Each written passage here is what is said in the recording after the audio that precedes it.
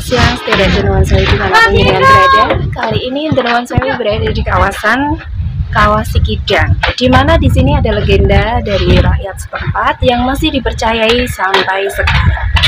Bagaimana keunikan dan menariknya Kawasikidang? Tetap ikuti di Denuan Sewu dan jangan lupa untuk like, share, dan subscribe. Monggo dilanjut.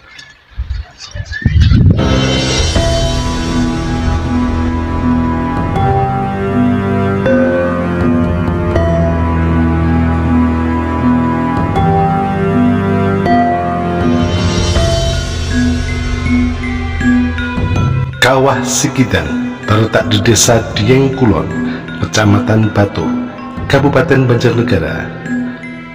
Kawasikidang memiliki keunikan dibanding kawah-kawah yang lain, baik yang ada di dataran tinggi Dieng maupun di tempat lain.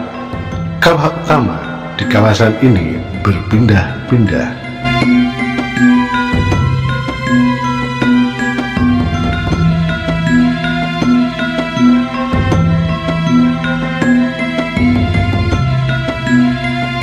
Karena letak kawah utama yang berpindah-pindah inilah kawasan ini diberi nama Sikidang, yang berasal dari kidang atau kijang.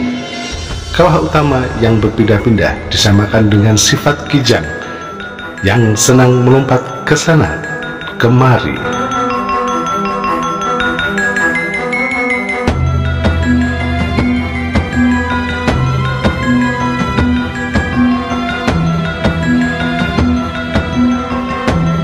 Di Kawasikidang ada legenda dan mitos tentang terjadinya Kawasikidang. Alkisah, ada seorang putri cantik bernama Sinta Dewi. Ia tinggal di sebuah istana megah di dataran tinggi Dieng. Kecantikan sang putri terkenal kemana-mana, namun tidak ada satupun laki-laki yang berhasil melamarnya. Karena Sinta Dewi selalu mensyaratkan mas kawin yang jumlahnya tidak terkira. Seorang pangeran bernama Ki Tanggerungan tertarik melamar Sinta Dewi. Ia yakin kekayaan yang dimilikinya dapat memenuhi persyaratan yang diajukan oleh Sinta Dewi. Kemudian ia mengirimkan utusannya ke dataran tinggi Dieng untuk melamar. Kedatangan kami ke sini adalah untuk menyampaikan pinangan Pangeran Kidanggerungan. Pangeran menyanggupi berapapun besarnya mas kawin yang putri ajukan, kata utusan Pangeran Kidanggerungan. Putri Sinta Dewi berpikir sejenak. Pangeran kaya raya yang sedang meminangnya ini pastilah seorang yang tampan dan berwibawa. Jika tidak, pasti pangeran tersebut tidak akan melamarnya. Pinangan Pangeran Kidanggerungan pun diterima oleh Sinta Dewi. Pangeran Gerungan sangat senang ketika mendengar lamarannya diterima. Ia segera mempersiapkan pesta pernikahan. Saat hari pernikahan tiba, Pangeran Kidanggerungan dan rombongannya datang ke kediaman Sinta Dewi. Ketika bertemu dengan sang pangeran, Sinta Dewi sangat terkejut karena ternyata Pangeran Kidanggerungan adalah manusia berkepala kidang atau kijang atau rusa. Kemudian Putri Sinta Dewi berpikir keras bagaimana cara membatalkan pernikahan tersebut. Oleh karena itu, ia mengajukan sebuah persyaratan yang sulit kepada calon suaminya itu. Kanda, ada satu syarat lagi yang harus Kanda penuhi jika ingin menikahiku. Daerah ini kekurangan air bersih. Dinda ingin Kanda membuatkan sebuah sumur dalam waktu semalam.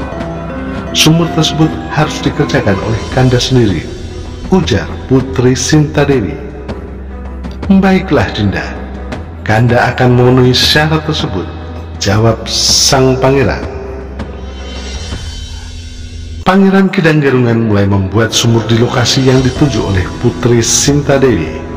Dengan kesaktiannya, ia menggali sumur hanya dengan menggunakan tangan dan tanduknya. Ketika hari menjelang pagi, sumur yang sedang dibuat hampir jadi.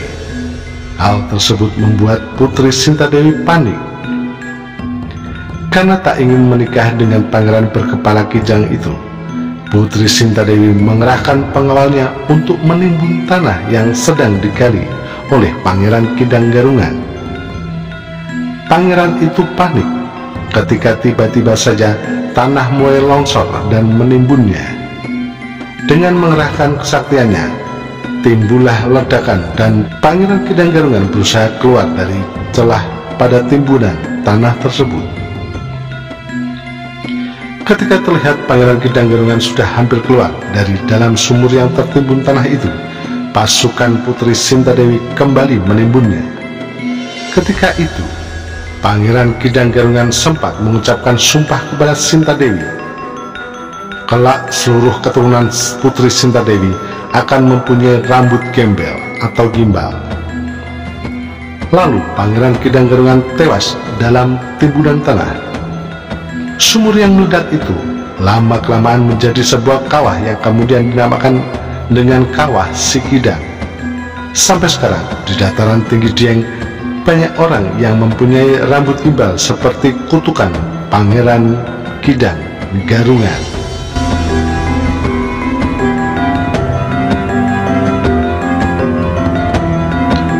Itu dia tadi legenda dan mitos terjadinya Kawah Sikidang.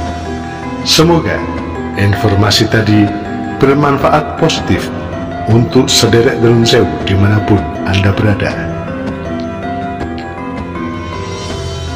Dan jangan lupa untuk like, share, komen, dan subscribe tayangan-tayangan dari Denun Sewu. Dan di akhir acara, saya selalu mengucapkan, jika ada salahnya saya Nun Sewu, jika ada benarnya saya Nun Sewu. Kesempurnaan hanya milik Allah semata. Salam Rahayu.